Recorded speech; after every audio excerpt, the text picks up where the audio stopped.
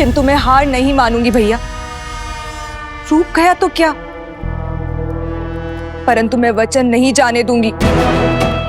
फिर से स्वस्थ होकर मैं फिर जाऊंगी, या तो उस राम का अंत करके सीता को अपने भाई लंकेश को सौंपूंगी, या तो फिर उसके हाथों मारी जाऊंगी।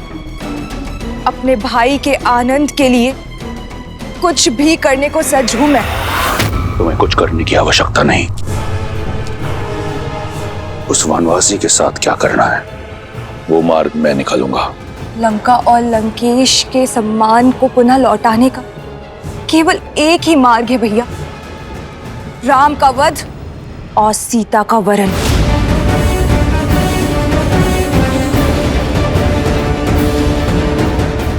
अपने बलिदानों के बदले केवल और केवल अपने भाई की प्रसन्नता चाहती है ये बहन।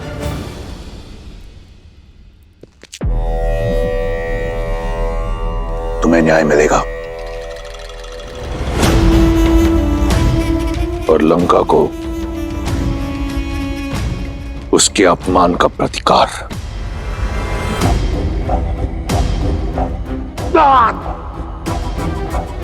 जो तुम्हारा नहीं है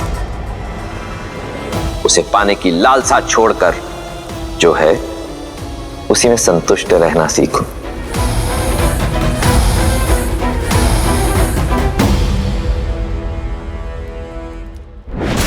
जब मन में संशय का नाद हो तो न्याय का डंका नहीं बजता है। मैं जानती हूं भैया कि महादेव को दिए हुए वचन के कारण आप चिंतित हैं, परंतु अब तो वो भी आड़े नहीं आएगा भैया, क्योंकि अब आप सीता पर दृष्टि नहीं डाल रहे हैं, आप प्रतिशोध ले रहे हैं अपनी बहन और अपने वंश पे किए गए अपमान का। आपके पास उत्तर देने के लिए है महादेव को कि आपकी बहन पर जो अत्याचार हुआ है उसका दंड दे रहे हैं आप राम को, उसके प्राण लेके। एक अबला विधवा का उद्धार करने के लिए उससे विवाह किया। सीता लंका के स्वर्ण महलों में रहने के योग्य है, ना कि वन में दर दर भटकने के। सीता उस राम के योग्य नहीं जिसके तन पर ना तो वस्त्र है और ना पैरों में पादुकाएं। भैया, आप एक स्त्री को उसका अधिकार दे रहे हैं। एक स्त्री होने के नाते मुझे पूर्ण विश्वास है कि इस उपकार के बदले सीता सदा आपकी ऋणी रहेगी। हमें शीघ्र उत्तर देना चाहिए पिताश्री।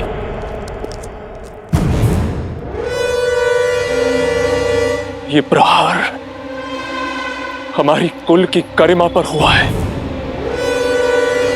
हम इसका प्रतिशोध अवश्य लेंगे। अब आज्ञा दीजिए पिताश्री, मैं अभी इसी क्षण अपनी सेना को लेकर प्रस्थान करता हूं और राम को उसके किए का दंड देकर आता हूं।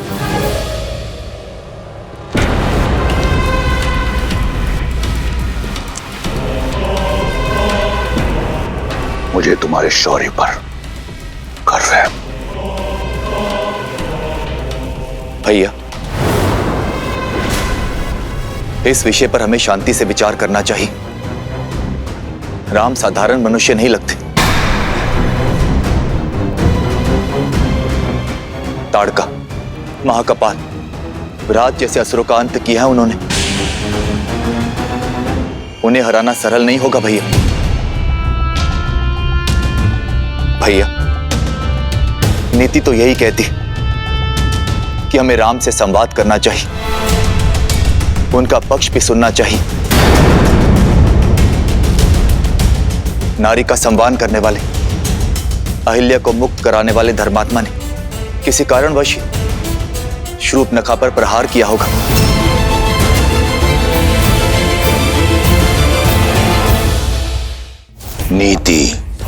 नीति ये नहीं कहती कि तुम उस राम को धर्मात्मा कहो। मूर्ख।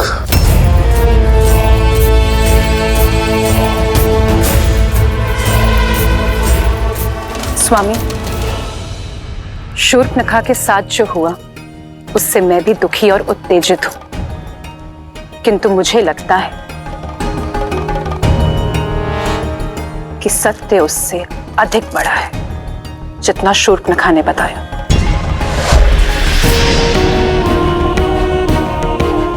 कई ऐसे प्रश्न हैं जिसका उत्तर ही नहीं है। श्रेष्ठ ये होगा कि अब सारी घटना का विस्तार से पता करें और फिर कोई निर्णय लें।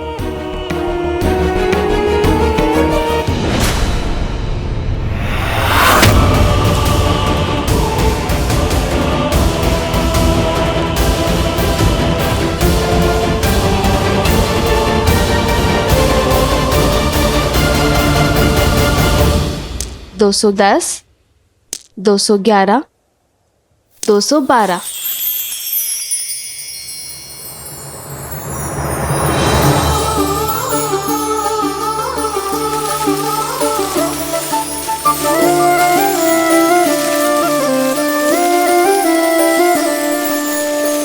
जन्म जन्म का है ये संगम, राम रतन सीता वैभव धन।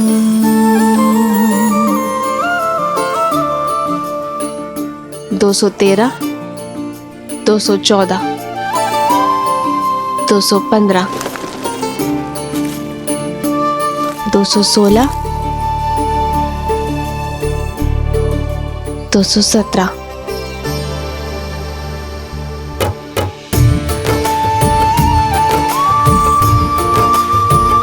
ऐसे किस विशेष कार्य में डूबी हो सीते कि इन सुंदर पुष्पों और राम को ही अनदेखा कर दिया? भविष्य में झांकने का प्रयास कर रही हूं। गिन रही हूं कि हमारे वनवास में कितने दिन शेष हैं। कब माताओं भरत और शत्रुघ्न भैया और अपनी बहनों से मिल पाऊंगी। देखिए, वर्ष भर भी नहीं बचा। बस कुछ माह और फिर से अयोध्या की पावन माटी का स्पर्श होगा। फिर से मेरा भरत मेरी भुजाओं में होगा और फिर से मेरी माताओं के प्रेम का सानिध्य मिलेगा। हाँ, आपके नेत्रों में तो सुख दिख रहा है,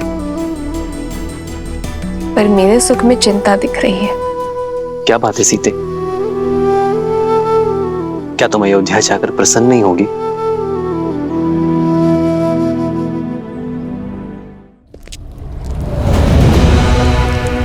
इस विशेष कार्य पर जा रहे हैं लंकेश। अचानक कहां प्रस्थान कर रहे हैं? बार शूर्पणखा की नाक पर नहीं, लंका के सम्मान पर हुआ है।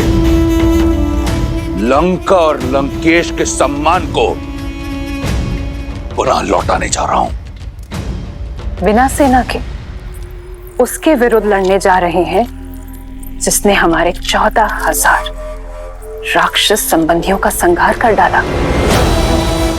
स्मरण रहे, तुम लंकेश दशानन रावण से बात कर रही हो। वो रावण काल जिसका दास है, जिसकी नाभि में अमृत का वास है। साधारण दिव्यास्त्रों से उस तुच्छ मनुष्य ने 14,000 राक्षसों का संहार किया होगा, परंतु 14 लोगों के स्वामी के समक्ष टिक नहीं पाएगा वो। महाबली गज भी एक छोटी सी चींटी के सामने धराशायी हो जाता है लंकेश।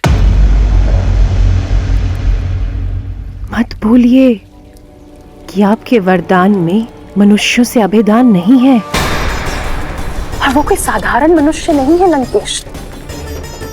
श्रेष्ठ यही होगा कि आप मेघनाद को साथ लेकर जाइए।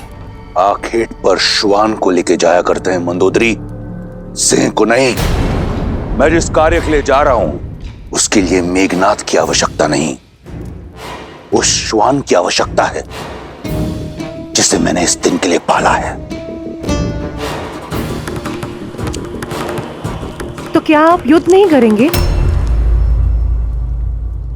तुम्हारी बुद्धि भय से ग्रस्त हो चुकी है। जिस पैनेपन ने मुझे रिझाया था वो कम हो गया है मंदोदरी। अपने राज्य से निष्कासित 2 वनवासियों को लंकेश चुनौती देगा? नहीं। शठे शाठ्यम समाचरेत।